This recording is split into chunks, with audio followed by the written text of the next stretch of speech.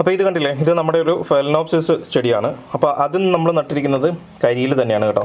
അപ്പോൾ എല്ലാവിധ ഓർക്കിഡുകളും നമുക്ക് ഈ കരിയിൽ നടാം. ഇതുപോലെ ഡെൻഡ്രോബിയം, സോണിയ വെറൈറ്റികൾ മാത്രമല്ല എല്ലാവിധ ചെടികളും, ഓർക്കിഡ് ചെടികളും നമുക്ക് ഇതുപോലെ കരികളിൽ നടാം.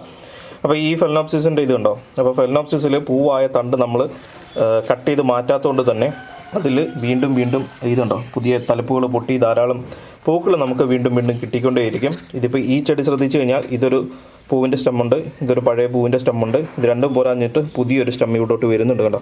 പുതിയ സ്റ്റെം വരുന്നുണ്ട്.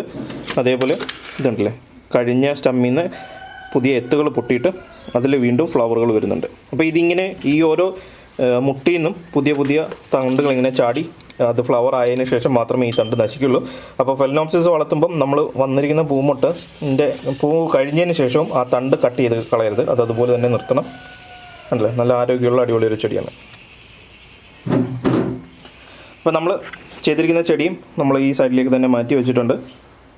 ഇനി കുറച്ച് ദിവസം ഇവിടെ ഇരിക്കട്ടെ, അതിന് ശേഷം മാത്രം നമുക്ക് എവിടെയാണോ വയ്ക്കേണ്ടത് ആ സ്ഥലത്തേക്ക് തന്നെ മാറ്റി വയ്ക്കാം.